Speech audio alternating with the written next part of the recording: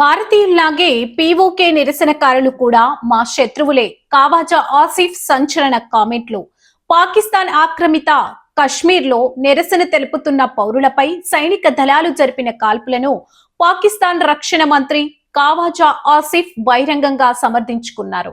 ముఖ్యంగా తమ ప్రభుత్వానికి వ్యతిరేకంగా నిరసన చేస్తున్న వారిని కూడా తాము భారతీయుల వలె శత్రువులుగా చూస్తామంటూ సంచలన వ్యాఖ్యలు చేశారు. అంతేకాకుండా ఇలాంటి వారితో ఎప్పటికీ చర్చలు జరపమని కూడా స్పష్టం చేశారు. ఖవాజా ఆసిఫ్ చేసిన ఈ వ్యాఖ్యలు పాక్ లోనే కాకుండా అంతర్జాతీయంగా సంచలనం రేపుతున్నాయి. 2 రోజుల్లో జరిగిన దాడుల్లో 32 మంది నిరసనకారులు చనిపోతే ఓ మంత్రి ఇలా మాట్లాడడం చూసి అంతా షాక్ అవుతున్నారు. పాకిస్తాన్ ఆక్రమిత కాశ్మీర్ లో సాగుతున్న శాసనసభ ఎన్నికల ప్రక్రియ నడుమ అక్కడ హింసాత్మక వాతావరణం నెలకొంది.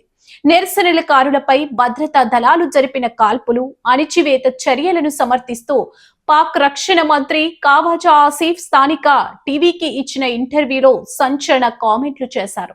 ప్రస్తుతం ఇక్కడ నిరసన చేస్తున్న వారంతా భారతీయుల్లాగే తమకు శత్రువులని పేర్కొన్నారు. అంతటితో ఆగకుండా ఇలాంటి వారితో ప్రభుత్వం ఎట్టి పరిస్థితుల్లోనూ చర్చలు జరపదని స్పష్టం చేశారు.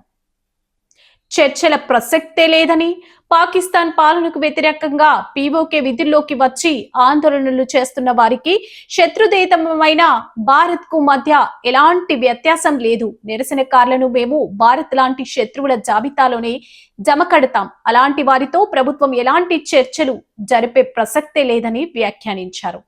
సొంత భూభాగంగా చెప్పుకునే ప్రాంతంలో పౌరులపై కాల్పులను న్యాయమైనవిగా చిత్రీకరించేందుకు ఆయన ఈ రకమైన కామెంట్లు చేయడం చూసి అంతా షాక్ అవుతున్నారు.